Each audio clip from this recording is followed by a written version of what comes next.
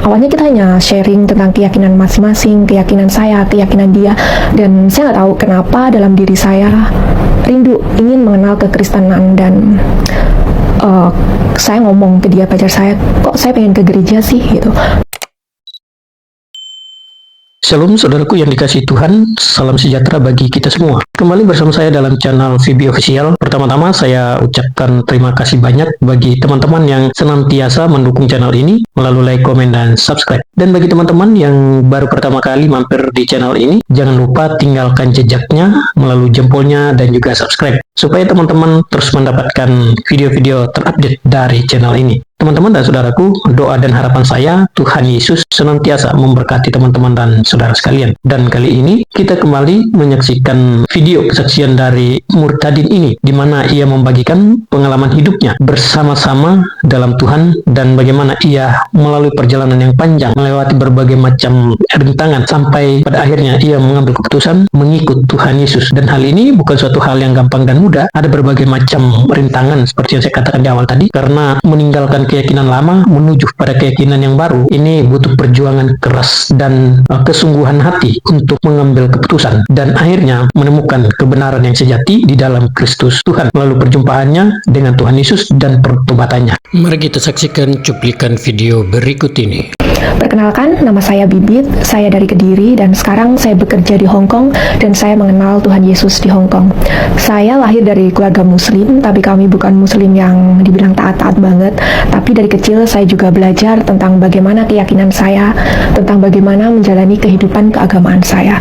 Saya percaya ada surga dan neraka, ada sebab, ada akibat, dan satu hal yang saya sangat percayai dan sangat saya rindukan adalah peran seorang wanita dalam keluarga dan peran agama dalam sebuah keluarga. Karena saya bercermin dalam kehidupan saya sendiri. Saya terlahir dari keluarga yang kurang kasih sayang atau mungkin kurang harmonis, dan dari situ saya memiliki kerinduan atau keinginan menjadi seorang wanita atau seorang istri yang soleha yang bisa membangun sebuah keluarga yang harmonis, penuh kasih sayang, dan tentu takut akan Tuhan dalam keyakinan saya dulu. Setelah saya beranjak dewasa, cita-cita atau kerinduan saya yang saya anggap mulia itu menjadi titik rendah dalam kehidupan saya, di mana saya sangat menjunjung tinggi atau menuhankan pacaran atau pacar saya. Saya rela melakukan apapun untuk pacar saya dan rela melakukan apapun juga untuk mendapatkan orang yang saya cintai. Singkat cerita, setelah 6 tahun yang lalu tepatnya, saya pacaran dengan seorang Kristen, tapi dia juga bukan Kristen yang taat beragama. Awalnya kita hanya sharing tentang keyakinan masing-masing, keyakinan saya, keyakinan dia, dan saya nggak tahu kenapa dalam diri saya rindu ingin mengenal kekristenan. Dan saya ngomong ke dia, pacar saya, kok saya pengen ke gereja sih gitu. Dan karena gerejanya dia ortodok dan kami berbeda bahasa, jadi ngerasa nggak nyaman. Dan saya sebenarnya hanya sebuah kerinduan sih, kalau ingin atau mungkin ingin banget dengan browsing atau mungkin tanya teman-teman ada nggak sih gereja Indonesia di Hong Kong. Belum sampai ke situ, cuma sekedar kerinduan yang saya nggak tahu gimana harus memulai kerinduan menemukan gereja di sini.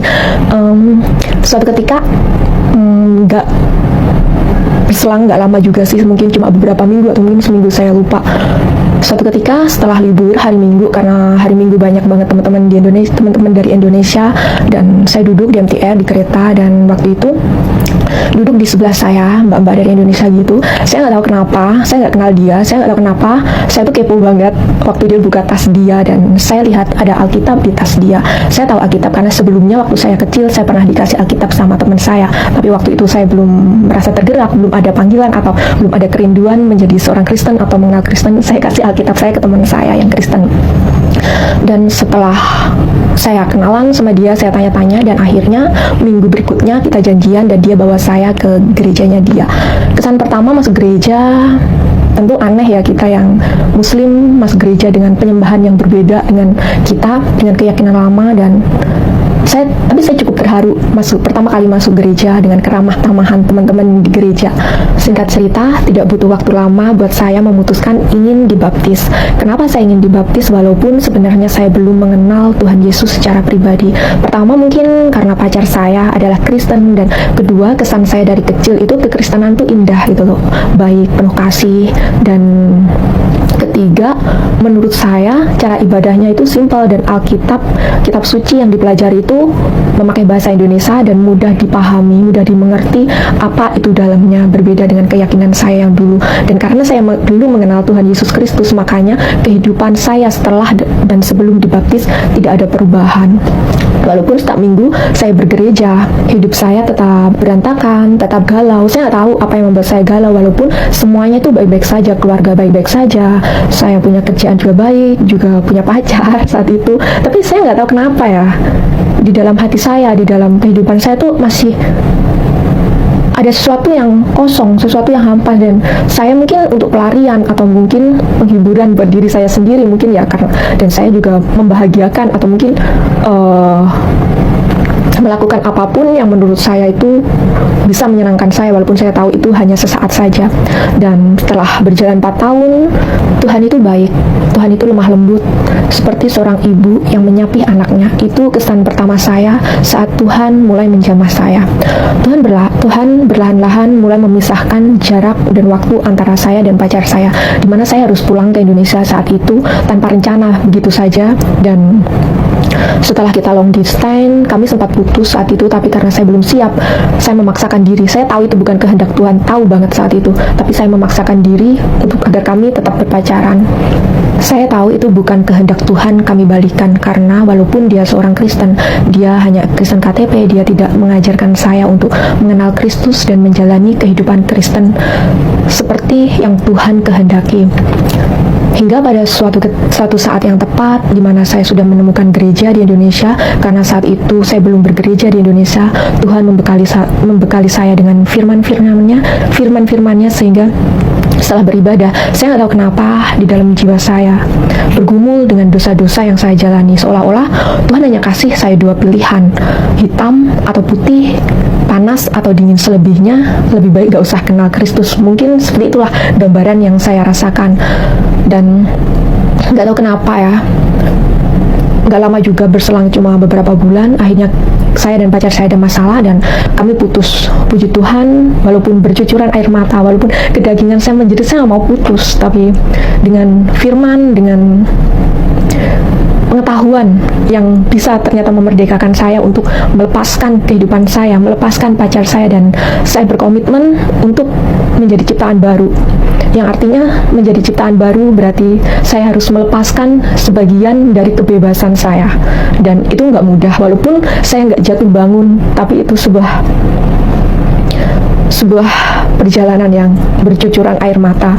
Setelah melewati hari-hari yang sulit, hari-hari yang penuh pergumulan antara melepaskan kehidupan lama dan menjadi ciptaan baru, saya nggak tahu kok saya nggak tahu gimana saya bisa membuat komitmen untuk memperbaiki kehidupan saya yang dulu bisa menggunakan waktu sesuka saya, bisa berpacaran, melakukan apa saja, kehidupan bebas. Bahkan saya berkomitmen untuk meyakini kalau tubuh saya, diri saya adalah bait suci Tuhan, di mana saya harus memuliakan Tuhan dalam apapun yang saya pilih dalam kehidupan saya. Walaupun itu nggak mudah dan walaupun bercucuran air mata, tapi saya menyadari dalam segala keadaan saya selalu punya harapan.